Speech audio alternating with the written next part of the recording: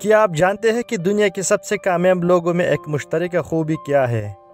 یہ نہ ان کی ذہانت ہے نہ ان کی دولت، بلکہ یہ ہے وقت پر خاموش رہنے کا فن۔ حضرت علی رضی اللہ عنہ فرماتے ہیں، جو شخص زیادہ بولتا ہے زیادہ غلطی کرتا ہے۔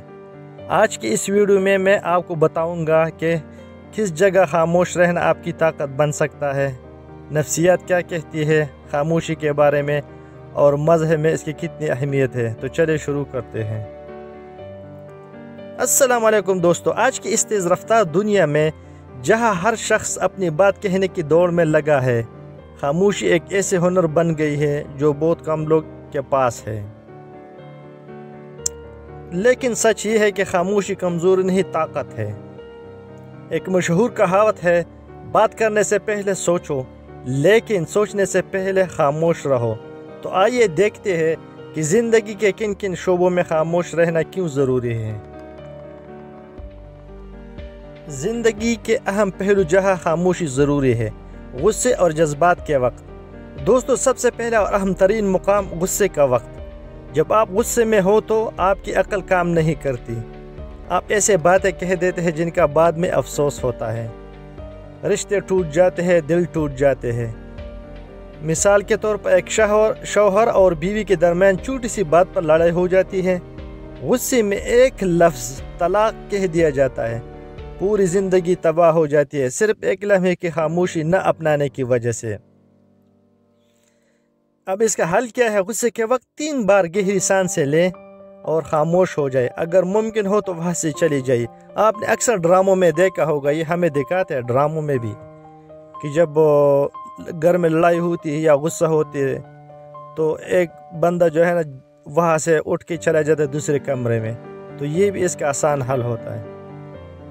جب آپ کو مکمل علم نہ ہو، بہت سے لوگ کی عادت ہوتی ہے کہ ہر موضوع چاہے اس کو پتہ ہو یا نہ ہو اپنے رائے دے دیتا ہے، کیا ہے میڈیکل پوائنٹ آف ویو سے ہو، مذہب میں ہو، تو ہر بندہ شروع ہو جاتا ہے۔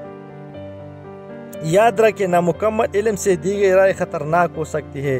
آپ کا گڈ ول، آپ کا ساکھ، آپ کا فیملیرٹی، لوگ پھر آپ کے ساتھ بیٹھنا بھی پسند نہیں کرتے، وہ سارے خراب ہو جاتے ہیں۔ غلط معلومات پھیل سکتی ہے، جیسے حکیم لقمان نے اپنے بیٹے کو نصیحت کی، اے میرے بیٹے، اگر تجھے علم نہیں تو خاموش رہو۔ جب کوئی غلطی کرے تو ہر وقت ٹوکنا ضروری نہیں، کبھی کبھی لوگ خود اپنے غلطیوں سے سیکھتے ہیں۔ ہر بات پر تنقید کرنے والا کوئی پسند نہیں کرتا، خاص طور پر عوامی جگہوں پر کسی کی غلطی نہ نکالے، بلکہ سائڈ پہ ہو کر چپکے سے ان کو پھر بتا دے کہ بھائی جان، آپ میں یہ غلطی ہے، یہ دوبارہ نہیں کرنا، اس میں آپ کا یہ فائدہ ہے اور یہ نقصان ہے۔ بچوں کے سامنے شریک حیات کی تنقید بھی نہ کریں۔ ہم کیا کرتے ہیں، ہمیشہ جب بھی کسی کو بےعزتی کرواتے ہیں تو سب کے سامنے کرواتے، دفتر میں ساتھی کو شرمندہ نہ کرے، یہ سب سے بڑے اہم فن ہے۔ رازداری کے معاملات میں بھی خاموش رہنا بہت اچھی عادت ہے۔ آج کل سوشل میڈیا کے دور میں لوگ اپنی ہر بات شیئر کر دیتے ہیں، چاہے وہ امپورٹنٹ ہو یا نہ ہو، ہر چیز شیئر کرتے ہیں، اپنے گھر کے مسائل، اپنی آمدنی، اپنی منصوبے، اپنی کامیابی، اپنی ناکامی۔ یاد رکھیے، ہر شخص آپ کا خیر خواہ نہیں ہوتا، نظر لگ سکتی ہے، لوگ آپ کے خلاف استعمال کر سکتے ہیں۔ جیسے کہا جاتا ہے، اپنے منصوبے اتنے خفیہ رکھو کہ کامیابی آپ کے دشمنوں کو بھی حیرت میں ڈال دے۔ کام کی جگہ پر میٹنگز میں پہلے سنیے، پھر سمجھیے، پھر بولیے۔ آفس کی سیاست سے دور رہے، جو لوگ کم بولتے ہیں زیادہ محفوظ رہتے ہیں، خفیہ معلومات کمپنی کی معلومات باہر نہ لے جائیے۔ مسجد، مندر، گرجا گھر میں دعا اور عبادت کے اوقات میں، قرآن کی تلاوت کے وقت، کسی کے جنازے میں، ان مقامات پر خاموشی نہ صرف ادب ہے بلکہ احترام کی علامت بھی سمجھا جاتا ہے۔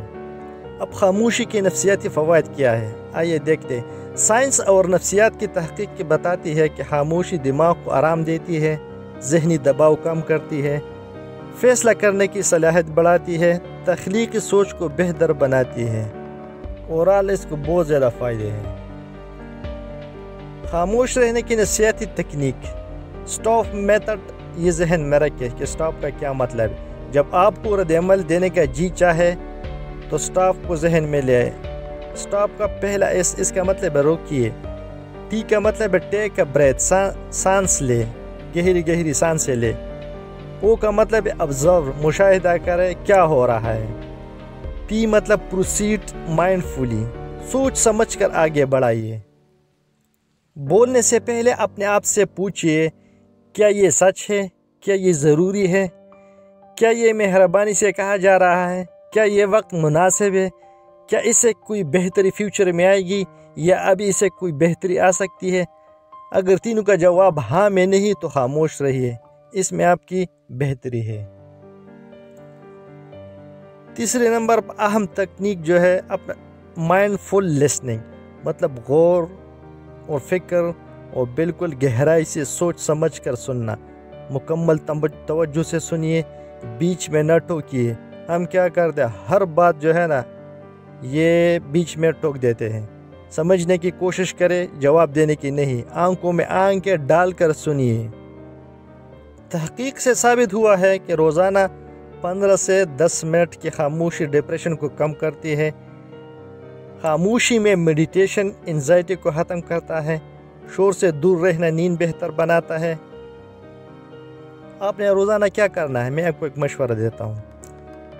صبح و شام 10-15 منٹ یا 20 منٹ تک فون بند کر دے، تنہائی میں بیٹھیے، صرف سانس پر توجہ دے، بالکل سانس پر، کہ کیا میرے ذہن میں چل رہا ہے، کیا نہیں چل رہا، کیا غلط چل رہا ہے، کیا صحیح چل رہا ہے۔ بس اس کو آپ توجہ سے سنیے، اپنے خیالات کو آنے اور جانے دیں، پھر آپ کو پتہ چل جائے گا کہ سائلنسی میں کتنی اہمیت ہوتی ہے۔